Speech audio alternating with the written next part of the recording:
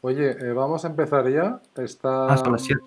Ha entrado Mayra Bastidas, que es una de las participantes que dejaron las consultas.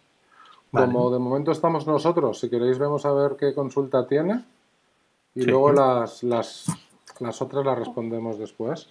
vale, ¿Hola? vale. Bueno, parece que no. Espera, ¿eh? Está con el audio solo, creo. Sí, tampoco se le ve. Mayra, ¿nos oyes? Sí, sí, los escucho. Ah, hola Ah, Mayra. sí, bien. Hola, ¿cómo están? Estaba en calidad de... No tenía ningún tipo de consulta en este momento.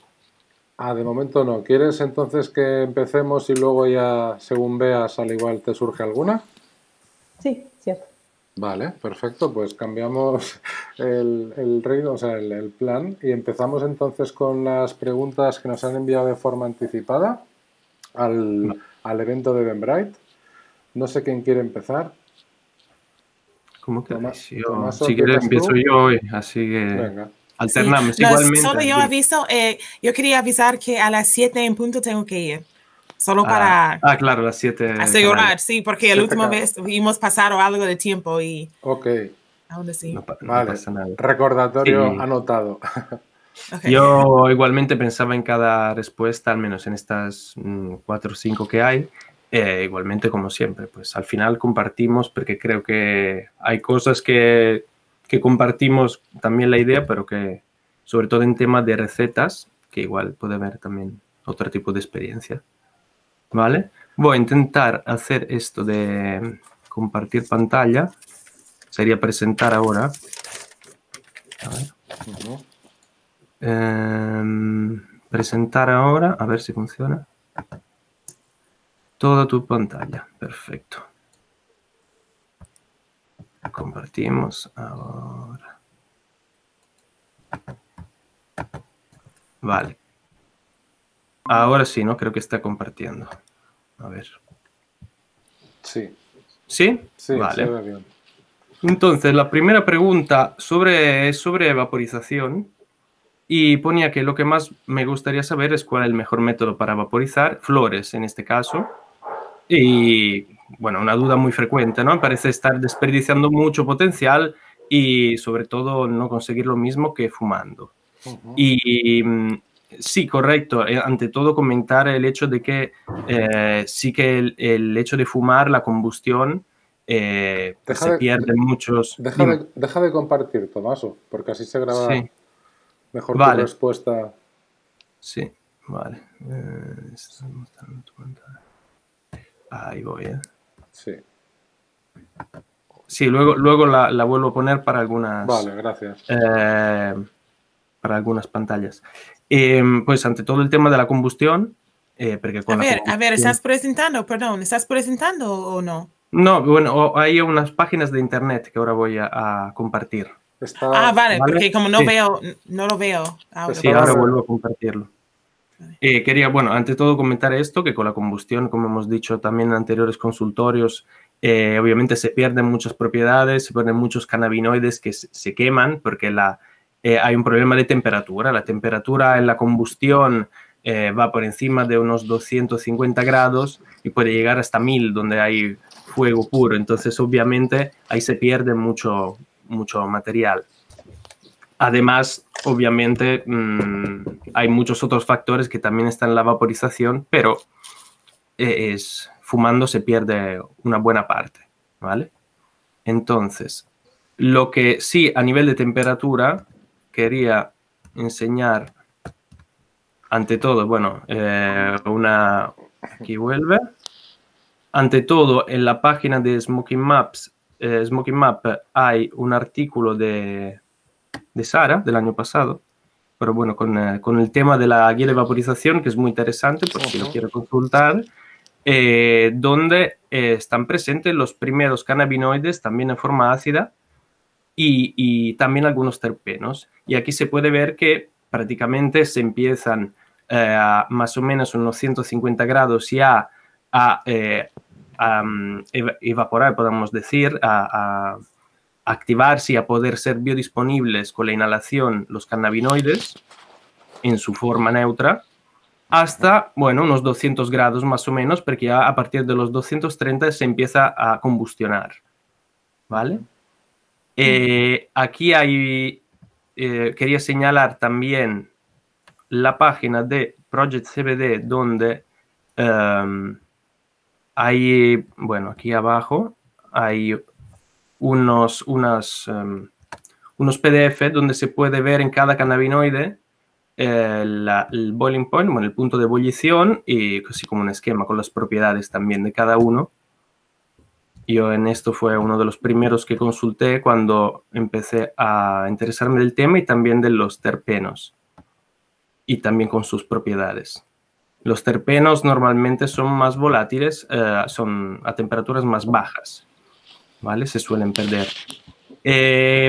En último, también quería compartir el artículo de Alquimia, simplemente porque, aparte de algunos consejos que pueden ir bien para vaporización, está el tema, aparte de los cannabinoides, que es una información bastante similar, y de algunos terpenos, también está presente, para quien se puede interesar más, el tema de flavonoides, que todavía, bueno, el estudio de este compuesto está todavía al principio, pero hay muchas potencialidades. Y también el tema de las toxinas.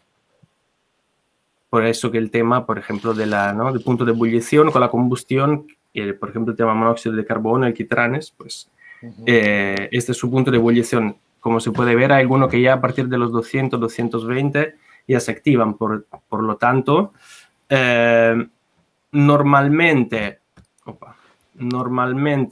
sí que, perdón, para material con THC se suele utilizar temperaturas más bajas, alrededor de 160, 180, y normalmente el CBD empieza por los 180, 170, hasta llegar a los 200. Entonces la temperatura más adecuada puede estar entre unos 170, 180 y 200. A partir de los 200 grados, probablemente habrá que hacer una vaporización también más rápida, porque es probable que el material pueda llegar a combustionar, ¿vale? También hay que considerar el tiempo, ¿vale? El tiempo de contacto con las temperaturas. Y entonces, obviamente, hay aparatos como puede ser no es para hacer publicidad, pero hay aparatos más portátiles, sin decir de marcas, donde tú puedes regular muy bien la temperatura exactamente con los grados. Hay otros que pueden regular simplemente la potencia, una parte. Y hay otros más portátiles que, dependiendo de cómo, en realidad no es que sean el defecto que puedan tener, igual que la temperatura a la que llegue es demasiado baja.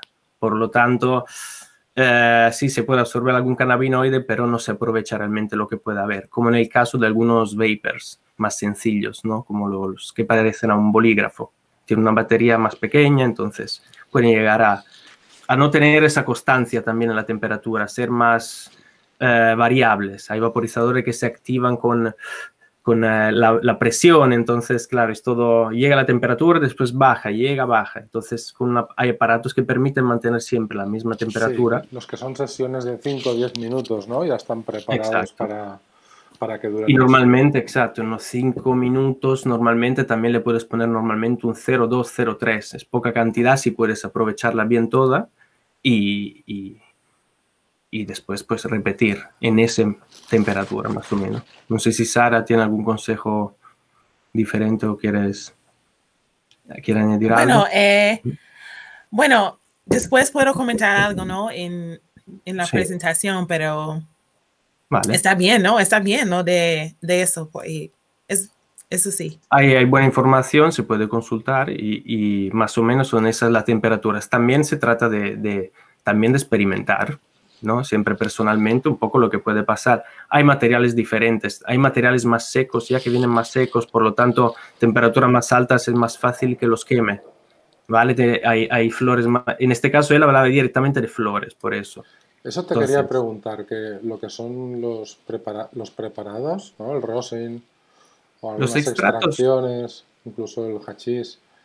Vale el mismo discurso, ¿sí? Solo que lo que cambia es el tema del aparato, un poco. Que unas flores tú las puedes poner en en la parte del vaporizador, ¿no? Donde se pone un pequeño filtro.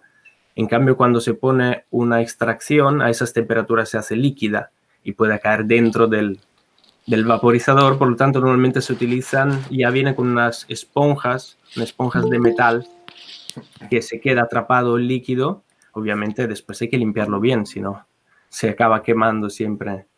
Todos los restos que quedan se pueden quemar y ser dañinos. Vale, pues entonces, vamos a la siguiente, ¿no? La siguiente, sí, se refería más a un tema que ya salió en algunos consultorios, el tratamiento, si es posible tener un tratamiento con cannabis para migraña crónica, ¿vale? Siempre, bueno, el tema de migrañas, ahora enseñaré, hay un par de... un segundo que se acopla un poco. Hola, sí. Víctor. ¿Nos oyes? Bueno, si no... Vale, ahora sí. Ya tiene el micro fuera. Vale, disculpa. No pasa nada. Como vale para otras enfermedades, para otras dificultades, para otros síntomas, podamos decir, siempre la forma de uso, siempre se recomienda que para usos puntuales o en caso de necesidad o a demanda, se puede utilizar la inhalación y la vaporización, que permite un poco tener el efecto máximo inmediato en el momento que se necesite. Por lo tanto, en caso de tener en el estado de migraña, de tener dolor, se puede vaporizar y tener el efecto que se necesite en cada momento. Pero como el tema de migraña crónica, como veremos, tiene bastante que ver con el sistema endocannabinoide, posiblemente con un desequilibrio en el sistema endocannabinoide, y con un tema más inflamatorio y recurrente, porque si es el caso crónico, pues es un estado casi fijo, ¿no? Entonces sí que se puede recomendar un tratamiento más continuado, entonces a través de un aceite, no a través de la inhalación, podemos decir, un aceite, unas cápsulas a un uso interno que permita que la asunción sea sencilla, que sea automática y que sea efectiva. Y que, por ejemplo, ya lo hemos dicho bastantes veces, que bueno, también es lógico, un tratamiento continuado con la vaporización es un poco difícil, se debería saber cuánto vaporizar y cada 2 horas son 2 herramientas que se pueden complementar muy bien. Lo que quería enseñar es, siempre por el interés, ¿no? De señalar artículos también muy interesantes y no solo tan científico, ¿no? De experimentos. En el tema de migrañas, por ejemplo, hay un artículo muy bueno de Ethan Russo, que es uno de los grandes expertos en el tema del cannabis. A ver si se puede hacer un poco, más grande. Ahí. Este es un review de unas cuantas páginas, son 73, pero esta es una revisión histórica y científica de todos los tratamientos con migraña en la historia, teniendo en cuenta que se ha utilizado en casi todas las culturas, en todas las regiones del mundo, prácticamente en todo el mundo. Obviamente, sin saber todavía, en muchos casos, el tema de THC, CBD, pero vamos, en este artículo es muy, muy, muy completo, te habla desde la India, la China, el Egipto, así, bueno, es muy interesante por quien quiere ver toda la historia, que es muy larga, de tratamiento para dolores de cabeza con cannabis, ¿vale? Más allá de esta parte, quería señalar los estudios de Baron, que tiene un par de artículos muy, muy interesantes, esto del 2015, que siempre es un review, quiere decir que es una revisión de todo lo que hay hasta el día más o menos de la publicación o poco antes. Me dice que el largo viaje y raro ha sido. Este artículo es muy, muy completo y también, bueno, esto es más interesante por otra cosa. Y resumiendo, la cosa más importante, aparte de ir en detalle en todos los mecanismos del sistema endocannabinoide de las migrañas, es que pone en evidencia el hecho de que parece que quien padece de migraña crónica tiene un desequilibrio, podría tener un desequilibrio en el sistema endocannabinoide, concretamente en la anandamida, que es uno de los principales endocannabinoides que tenemos en nuestro cuerpo. Por lo tanto, teniendo el sistema de equilibrio desequilibrado, eso puede ser una de las enfermedades como la fibromialgia, como síndrome de intestino irritable y la migraña, que puede que su origen sea en un desequilibrio del sistema endocannabinoide. Siempre Baron ha hecho un artículo muy interesante, sobre todo para personas de club social de cannabis, porque hay otro artículo muy interesante donde va a estudiar exactamente cómo ha funcionado en la migraña, en la artritis, en el dolor crónico, varios strains de cannabis, ¿vale? Este artículo también es muy completo y tiene, ahora igual está un poco zoomado, bueno, tiene todos los diferentes strains que se han utilizado en ese estudio y que han funcionado mejor. En particular, para la migraña parece que funcionan muy bien algunos strains híbridos, sobre todo, más que sativa, más que puro índico. Más como Skywalker OG, como Canatonic, dependiendo un poco. Es un artículo bastante completo también. Y lo estuve mirando en algunas partes. ¿Sí? Sí. Y así, por curiosidad, por quien quiere ir más en detalle, ¿vale? Y bueno, por último, en la migraña, si alguien está interesado en tener más o menos una visión rápida, bueno, un poco de entre comillas, de autopublicidad. Yo escribí un artículo sobre dolores de cabeza donde hay un poco resumido toda esta información hace un tiempo para una empresa, en un magazine de una empresa, donde también hay toda esta información. Así que se puede también consultar y donde hay todo esto de lo que he comentado aquí. Genial, cuántas cosas para leer.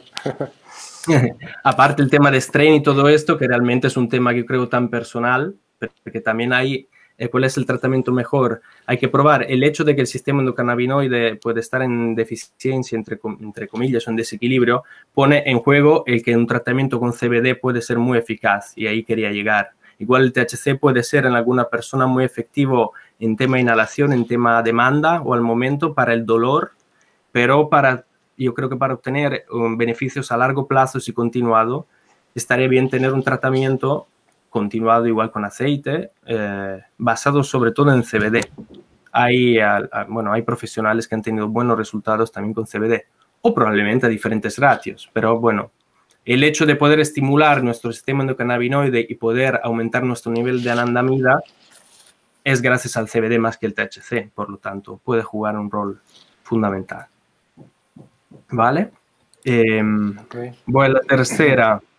La cuarta igual es más rápida, así que la tercera trata más de un tema de depresión. Entonces decía, antes de compartirla, antes de hablar de la depresión en sí, quería hablar un poco de la pregunta, un segundo.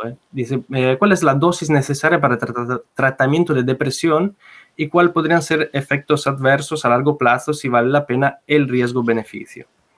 Entonces, ante todo, yo quería comentar por mi parte que más que tratamiento para la depresión, o sea, una persona puede tener muchas variables, muchas razones que le ha llevado a tener una depresión. Es algo muy personal, no es es difícil de generalizar, y siempre que se generaliza, por ejemplo, para tener un tratamiento farmacológico, yo personalmente creo que no se puede llegar a tantos beneficios, ¿vale? Es lo que hay para todos, al menos para... Entonces yo diría pondría al centro más que la depresión, la persona y obviamente sus motivaciones y lo que le ha pasado para llegar a eso. ¿Cuál es el tratamiento adecuado para esta persona, para estas razones que le han llevado a la depresión? Considerando que hay propiedad para la depresión, porque no hay una dosis para la depresión, hay una dosis para cada persona, más o menos. Entonces, aquí también quería compartir un par de estudios que, con respecto a la depresión, En la depresión, rápidamente, se ha podido evidenciar que puede haber una buena capacidad, una relación muy estrecha, más allá del antagonismo, del agonismo, de estimular o inhibir, sobre el receptor CB1, el receptor cannabinoide principal, ¿vale? Y estos son datos que se han podido también confirmar o observar, mejor dicho, a través de estudios en animales, donde han visto que probablemente los cannabinoides puede ser un buen tratamiento. Obviamente, yo, en mi opinión, la depresión en animales es diferente. Son casos donde se supone que los animales están en una situación de estrés y desarrollan depresión. Por lo tanto, lo tomo un poco con las pinzas. Pero bueno, se relaciona mucho el tema estrés, y el estrés a nivel biológico, molecular, pues se puede comprobar también en datos, ¿no? Corporales. Entonces, bueno, que pueda haber un buen mensaje para... Estamos bien encaminados, puede ser, pero como decía antes, la depresión es el resultado de algo muy personal y creo algo bastante psicológico, ¿no? Mental. Y aquí también se supone, por lo tanto, en este artículo también de Gil y Gorzalka, que aquí lo tenemos aquí de lado, que una deficiencia del sistema endocannabinoide puede estar a la base de muchos síntomas de la depresión melancólica, y entonces puede ser un buen tratamiento. Lo último que no he todavía revisado he visto que hay un review del 2020 aquí, que igualmente he leído un poco el abstract y sí, habla siempre de receptor CB1. Hay una revisión hasta este año y bueno, veré si habrán novedades. De todas formas, yo creo que normalmente, como la depresión está más relacionada, como la depresión está realmente más relacionada con temas de la dopamina también y de la serotonina, se sabe que puede ser muy efectivo un tratamiento con CBD para este tema, más que con THC, para el tema serotoninérgico, dopaminérgico, aunque por el efecto bifásico, hasta donde yo he podido ver, parece que el efecto antidepresivo se consigue con una dosificación un poco más alta, ¿vale? Okay. Y después Sara también me podrá decir un poco. Has traído un montón de artículos, de links y de cosas. Yo creo que de aquí algún articulito o algo puede ir saliendo también, ¿no? Porque sí, claro. Lo que sea más destacable, luego para profundizar un poco, es que hay cosas interesantes. Claro. Y para poder profundizar posteriormente, ¿no? Ya lo haremos en formato artículo más que poner los links, me refiero, ¿no? Exacto, sí. Yo creo que aquí también vale, pero en diferente efecto, pero vale un poco el discurso también que hicimos por las migrañas, que el tema del CBD puede ser muy importante para modular los otros sistemas, y que dependiendo de la persona y de su personalidad, puede que en cambio el THC, como es un estimulante, según qué persona, le puede dar ese toque de entusiasmo, de creatividad, de volver a ver las cosas con un poco más de positividad. Yo creo que puede ser muy interesante, sobre todo, como Sara ha podido explicar en otros consultorios, y es un tema que creo que ella conoce mucho mejor, el tema de la microdosis. Es decir, no tener que utilizar el THC colocándose, sino con una dosis mínima que permita tener pues esa ayuda, ese pequeño empujón. Ahora hay mucha investigación con otras plantas también, no me voy a meter en eso, pero vamos. Depende mucho de eso, de la vía de administración. Puede que también haya un tratamiento más continuado con CBD, puede ayudar a algunas personas, y según personalidades, pues utilizar también una parte de THC. ¿Vale? Y la última, que es, bueno, más rápida porque es más técnica, que son preguntas más sobre preparados, ¿vale? La pregunta sobre preparados,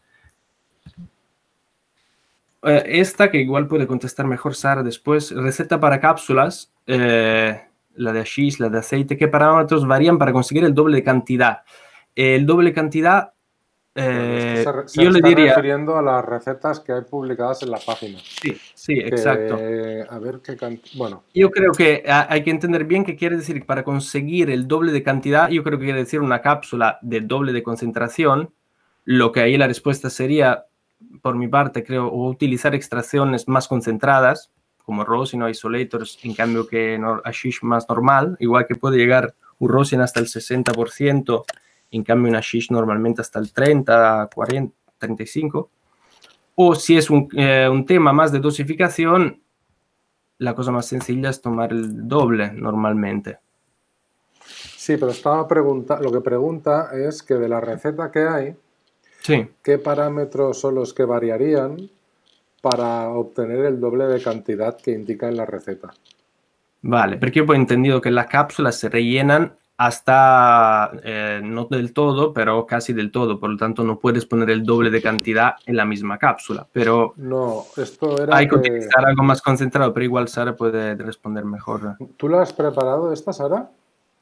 No, no lo preparé, pero los parámetros que pueden variar, por ejemplo, depende si vamos a duplicar la cantidad de flores que vamos a usar.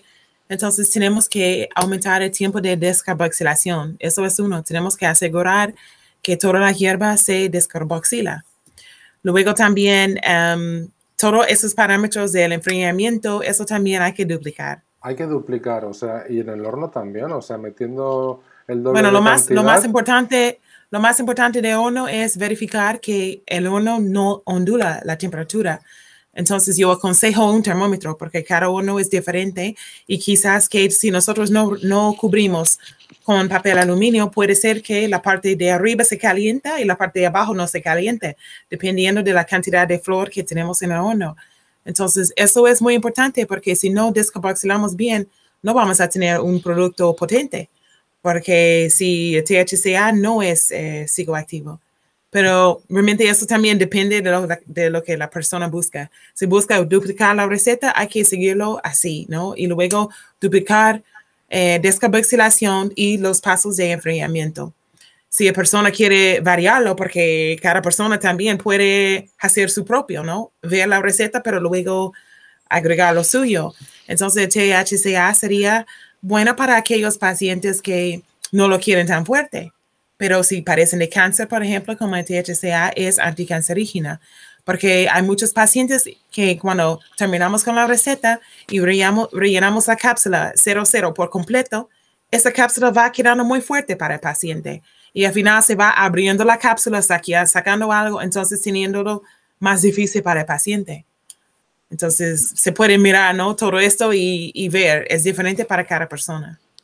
Bueno, se puede hacer las cápsulas de las que hay la mitad, en vez de las de 00, las de medio. Claro.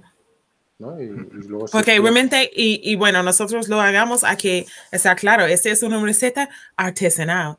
Este no es con productos que están analizados. Quizás que hay, o sea, clubes que han analizado sus productos, pero nosotros no estamos trabajando con miligramos de THC ni miligramos de CBD.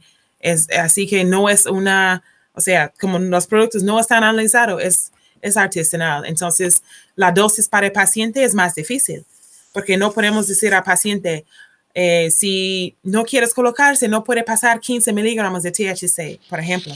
Como en Estados Unidos todo está analizado, los médicos pueden trabajar con miligramos, nosotros no.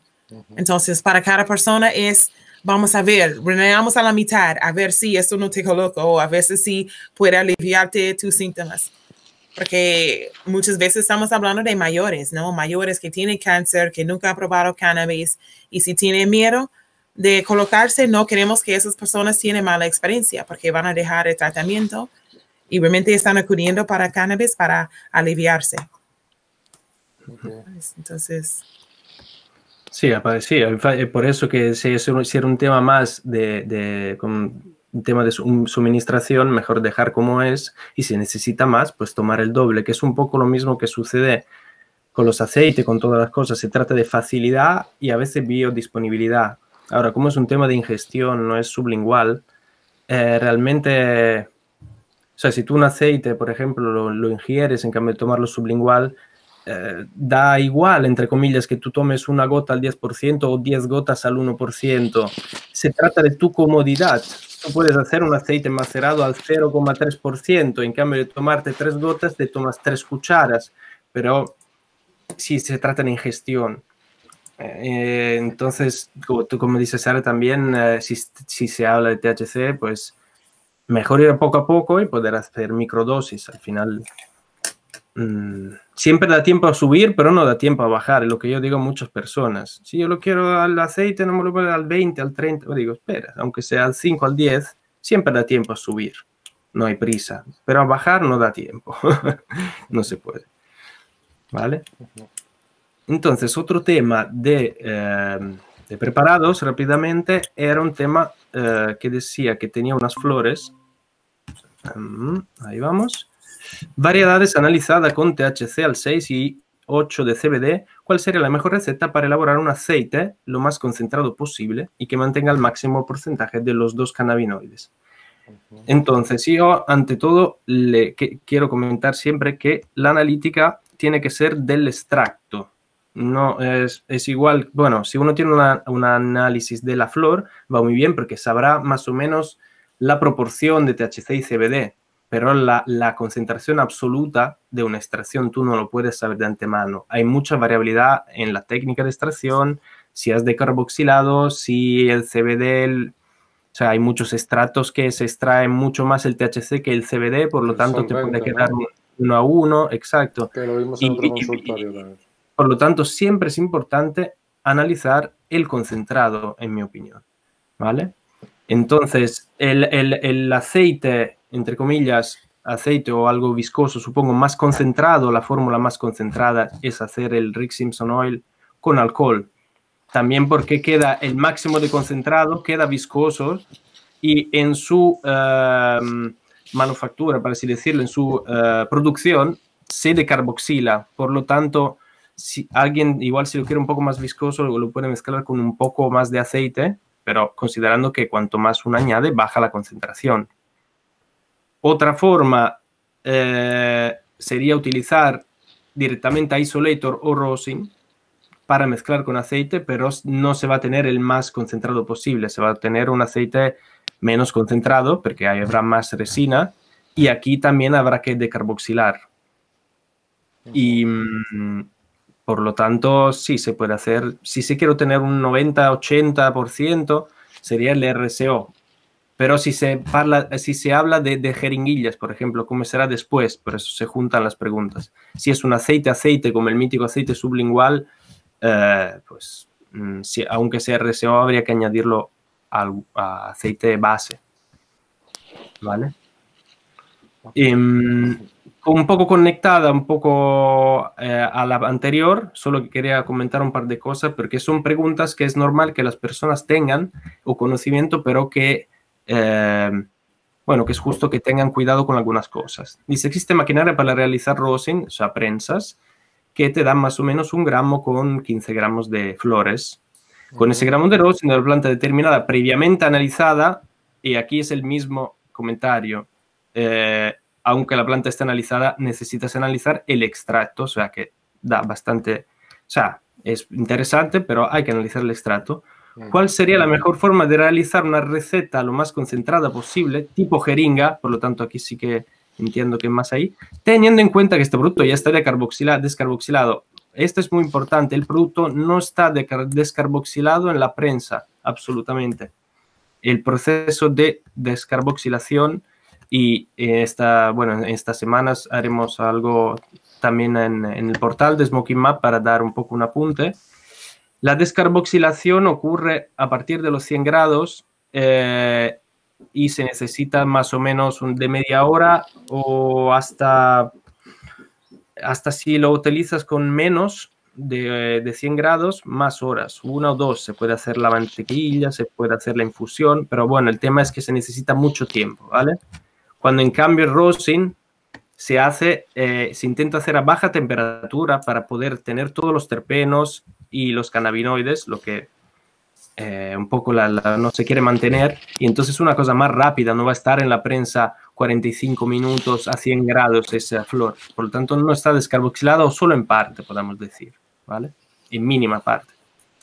Entonces, realizar una receta lo más concentrada es un poco la misma respuesta de antes. En este caso que decía tipo jeringa, entiendo que sería más el RCO, pero y si ya tienes el rosin, realmente el rosin ya lo tienes concentrado. Si consigues hacerlo bastante viscoso, en teoría ya es el material más concentrado que tienes.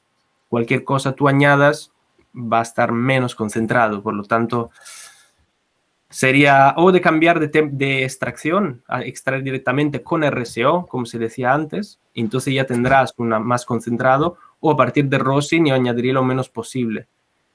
A veces también el rosin hay que considerar que mantiene las ceras, por lo tanto no es tan viscoso como puede ser un preparado con alcohol, como un RSO. Y si no, pues se puede añadir un poco de aceite y hacerlo más viscoso. Pero para que quepa en una jeringa, hay que considerar que con el frío siempre será bastante duro. Esto es un poco... No es igual lo más adecuado, el rosin para hacer jeringas. Para hacer aceites, igual hasta el 50-60% puede funcionar. Ok. Oye, vamos ya porque quedan 20 minutos y que Sara aún no tiene que hacer su parte. ¿Tienes tiempo con 20 minutos, Sara? Sí. ¿Te da tiempo? Bueno, sí. Vale. Lo digo que no sea mucho más larga porque no sé si luego nos ha llegado una pregunta. La dejamos para el final, la pregunta que nos ha llegado por el chat. Vale. ¿Sí? Vale.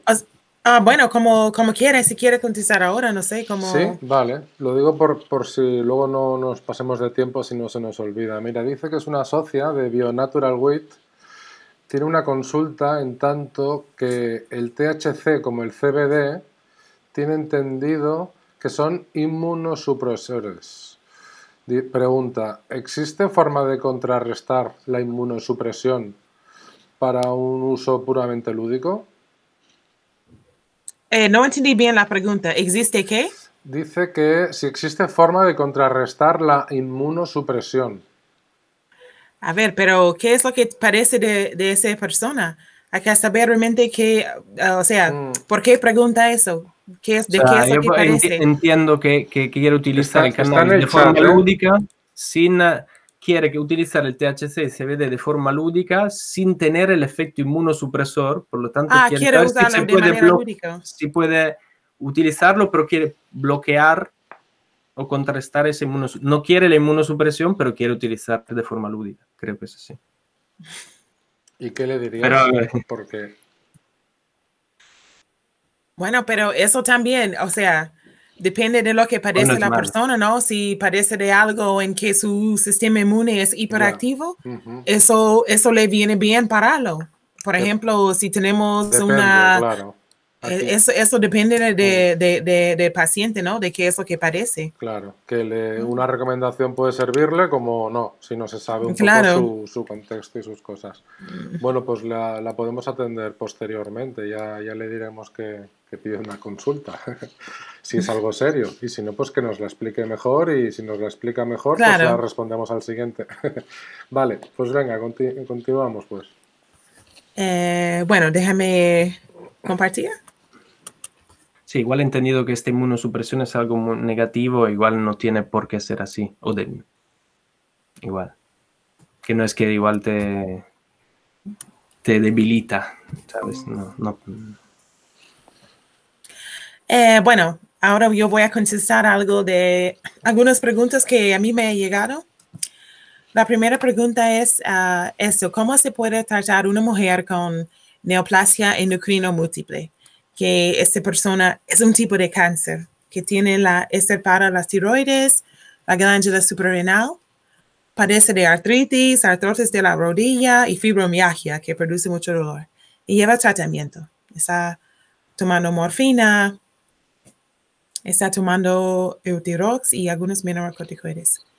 Primero es como lo que quería decir es, por más información, mejor. Si antes de dar una consulta específica, me gustaría primero ver el informe, porque el informe médico me dice mucho más del paciente, de los demás antecedentes, los otros fármacos que está tomando, las otras patologías que tiene, porque todo eso tiene que ver. Entonces, una respuesta específica para esa persona no lo puedo dar si no tengo un informe, pero puedo hablar de las generalidades. Esa persona es una mujer que padece un tipo de cáncer. Y el cannabis, lo que sabemos que el cannabis es anticancerígena. Esa persona que tiene una neoplasia endocrina forma tumores y el cannabis inhibe la producción de tumor. Puedo hablar un poco de los mecanismos anticancerígenos, cómo puede ayudar a ese paciente en una neoplasia endocrina múltiple. Porque esa persona tiene un crecimiento descontrolado de sus células. Eso es lo que es un cáncer. Pues el cannabis induce la apoptosis. Y la apoptosis es el muerto programada de sus células, las células malas. Entonces, ayúdanos a matar esas células cancerígenas. Otra cosa que pueden hacer los cannabinoides, inhibe la angiogénesis. Como vemos aquí, la angiogénesis es la formación de nuevos vasos sanguíneos alimentando los tumores.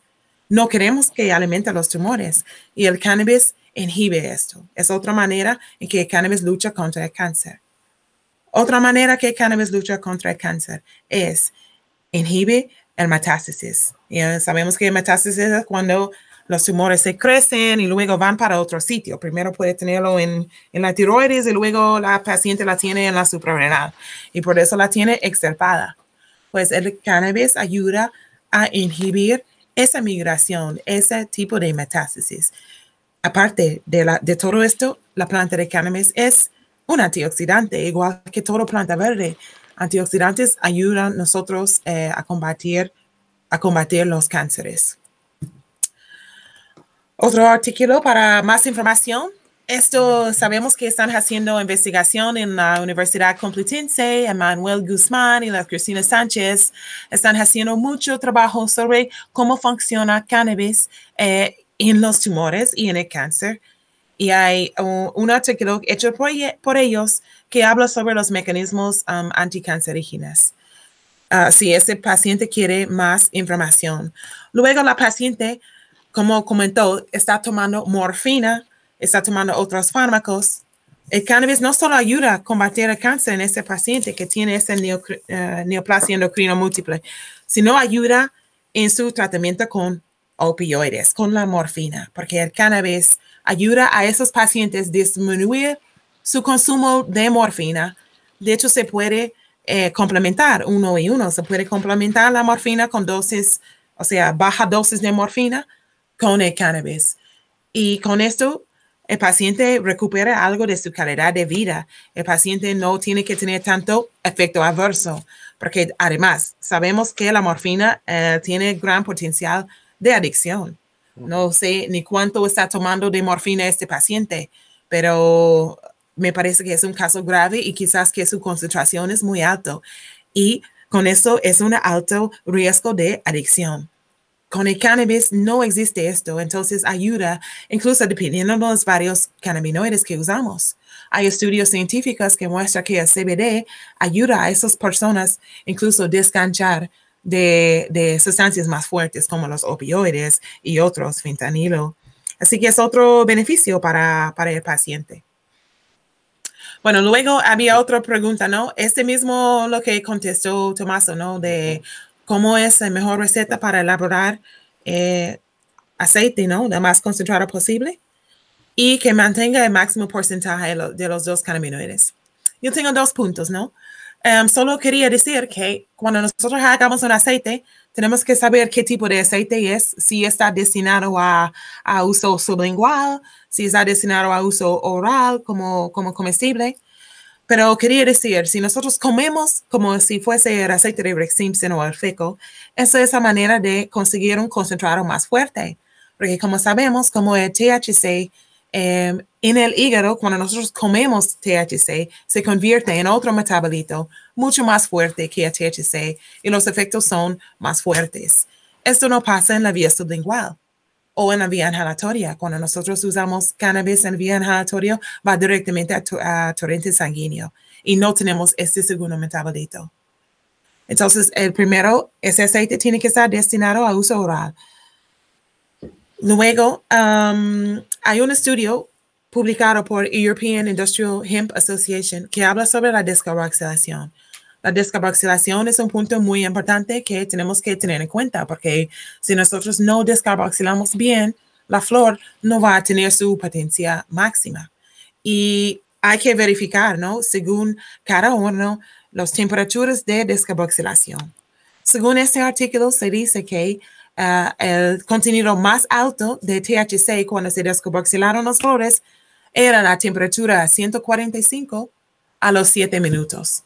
Pero luego, cuando se va pasando el tiempo, se va disminuyendo la cantidad de THC. El THC se va convirtiendo en CBN, que CBN es más bien un sedante, pero no es tan psicoactivo como el THC.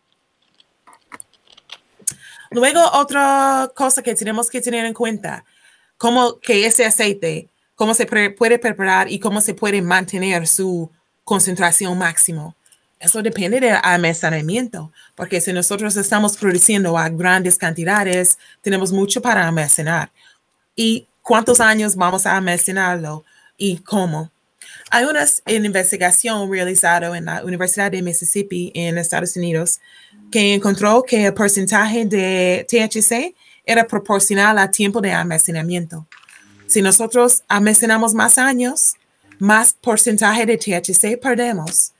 Y perdieron mucho más en el primer año. Como vemos aquí, 16% de total, de THC total perdido.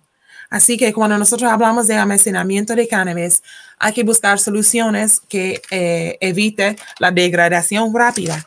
No podemos estar almacenando la hierba en plástico o sea, algo transparente, porque sabemos que la luz interfiere, la luz degrada los tricomas, la luz degrada el cannabis.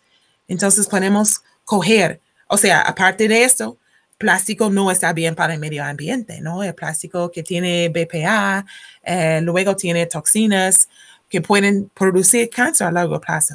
Entonces, si estos son cultivos medicinales destinados a pacientes, queremos usar los materiales mejores que no pueden producir cáncer a largo plazo a estos pacientes, como es el cristal o el vidrio. Si nosotros usamos vidrio, hay que tener en cuenta el color de vidrio, ¿no? Existen vidrios verdes, vidrios ámbar, oscuros y violetas. Hay muchos que dicen los mejores son los violetas, ¿no? Porque permiten pasar algunos rayos de luz, pero no la luz visible, que la luz visible es lo que degrada los tricomas. Luego también hay acero inoxidable, que hay unos que prefieren esto sobre todo por la facilidad de uso, son más durables que vidrio. Y luego también tienen para medir la humedad. Hay acero inoxidable, contenedores para las flores y luego contenedores para extractos. Hay que asegurar que el cierre es hermético para no poder pasar el aire. Entonces tienen varias opciones. Mejor opción es almacenar la hierba o los concentrados de los extractos en sitios oscuros y fríos. Luego, Tommaso habló sobre uso de cannabis medicinal en adultos con migrañas. Yo que quería decir, porque estos pacientes querían saber cómo usarlo, pues hay que primero buscar la causa de la migraña. Se dice que realmente no existe ningún tipo de causa de migraña, pero la mayoría se producen por contractura de los músculos y problemas en el flujo sanguíneo. El cannabis produce vasodilatación, produce relajación de los músculos y es una manera. Luego también hablando sobre, como mencionó Tommaso, ¿no? De que nosotros tenemos un sistema endocannabinoide y según los estudios muestra que las personas que padecen de migraña padecen una deficiencia de anandamida. Entonces se pueden compensar esa deficiencia junto con el cannabis. Es la única medicina, ¿no? Además, para el sistema. Bueno, el cannabis es una... Porque he oído algo de unos hongos en Japón que también tienen cannabinoides, ¿puede ser? O sea, o son rumorologías. Algo de unos hongos, lo oí en el entorno ahora no recuerdo si fue un Canamet o algún sitio de estos, que habían descubierto unos hongos que también tenían cannabinoides. Bueno, los cannabinoides no son específicos para cannabis. Existen cannabinoides en otros tipos de plantas también. Ajá, ¿Sabes? Por ejemplo, el beta-cariophylleno es una cannabinoide, pero también se parecen en otros, okay. ¿Sabes? No es solamente específica a cannabis. Sí. Sí, o igual han encontrado lo que sí, que a veces, bueno, creo que una cosa es los cannabinoides en sí, que pueden ser cosas más similares, ¿no? El THC, el CBD.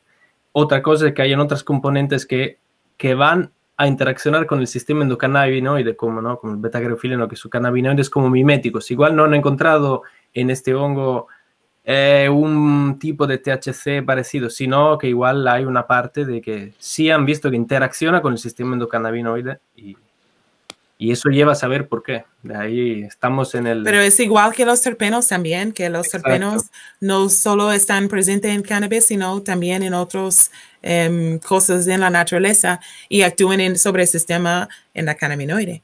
Exacto, sí. Y lo que sí, lo único que he sabido, muchas, ¿no? Si la equinacia o cosas así, lo que sí seguro, sé que hay este tipo de lúpulo, no el nuestro, no el Humulus lupulus de aquí, sino un lúpulo de la India, que históricamente siempre ha crecido junto con el cannabis indica de ahí, y por lo tanto es un tipo particular que ha desarrollado la molécula de CBD en el lúpulo. Lo tienen patentado unos americanos que tienen aceite de CBD, no de cannabis, sino de lúpulo. Obviamente es un porcentaje muy bajito y es bastante caro, pero más del cannabis.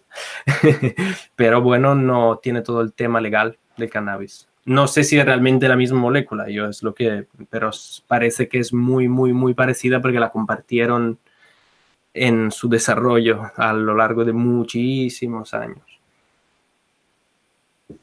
Ahí. Vale. ¿Ya están las preguntas? Sí, ¿no? ¿Entiendo? Yo creo que sí que estaban, sí. Vale, sí, pues... esto de la migraña es muy prometedor, hay que ver un poco porque son una de esas enfermedades que más complejas igual, que se sabe algún mecanismo, pero no está tan claro todo, ¿no? Y entonces, bueno, pero según esta teoría, ¿no? De Ethan Russo, de que existe una deficiencia de cannabinoides, las personas, por ejemplo, que padecen de fibromialgia, que los médicos dicen que no existe ninguna causa de fibromialgia, pues Ethan Russo dice que existe por la falta de endocannabinoides, igual que la migraña. Exacto. Y como la fibromialgia igual es algo más reciente, ¿no? Que todavía hay muchas personas que sí tienen bueno, igual ahora no, pero hace pocos años decir el malato, ¿no? El enfermo imaginario, cosas así, ¿no? Que es muy triste también, ¿no? Por alguna parte de la sanidad, pero bueno, en cambio la migraña sí se sabe desde hace siglos lo que es y el hecho, como ese artículo, que no me lo leí todo obviamente, pero si alguien es apasionado de historia, siempre de Ethan Russo, te dice que lleva siglos siendo utilizada en todas las culturas que igual no han tenido mucha conexión y comunicación, no es tan fácil como en los últimos 20 años, ¿no? Y es interesante ver cómo en todos los sitios siempre ha habido este uso para intentar, al menos, tratar la migraña. Por lo tanto, es bastante indicativo que no es algo de... No, si se prohibió hace 40 años. De pseudociencia de ahora, sino sí, que... Había sido legal todo este tiempo hasta que el 60 se prohibió. Ha sido más tiempo... Ha sido más tiempo legal que ilegal, ¿no? A ver si... Claro. Claro, redescubrir más que nada con las herramientas de hoy en día. Esta sería ¿no? Un poco lo que está ocurriendo ahora. Que dice, vale, desde siempre se ha utilizado el cannabis, por ejemplo, en la migraña o en el dolor. Ahora se puede entender un poco mejor el porqué y poco a poco acercarnos a conocer más, ¿no? Antes era ya THC, CBD, pues ahora ya otros cannabinoides. Pues ahora a ver qué tal con la mezcla de terpenos y a ver qué tal en cada persona. Por lo tanto, es algo muy, también muy bonito, ¿no? Pero este es el tiempo donde se puede entender un poco más. Sin tampoco ponerse demasiado, en mi opinión, ¿no? A veces es más fácil decir, vale, entonces si pongo este THC y este CBD y este terpeno, será lo mismo que como la reconstrucción a volte, ¿no? Con los cannabinoides puros o aislados. Y bueno, yo siempre comento con una pregunta. Que digo, Frankenstein al final no es una persona, pues yo creo que no. Entonces, dependiendo que si juntan las piezas es igual, no, igual depende. No es todo tan fácil, es más divertido igual. Vale, ok. Pues si queréis damos ya por concluido, porque bueno, quedan 3 minutillos, pero así recuperamos los de consultorio anterior. Y nada más, decir que las preguntas anticipadas, como siempre, nos las podéis enviar por mail. Así las traeremos así de chulas y trabajadas, que es lo que hacemos entre que consultorio y consultoria cada 15 días. Y nada, nos esperamos al siguiente y nosotros nos vemos en el próximo también.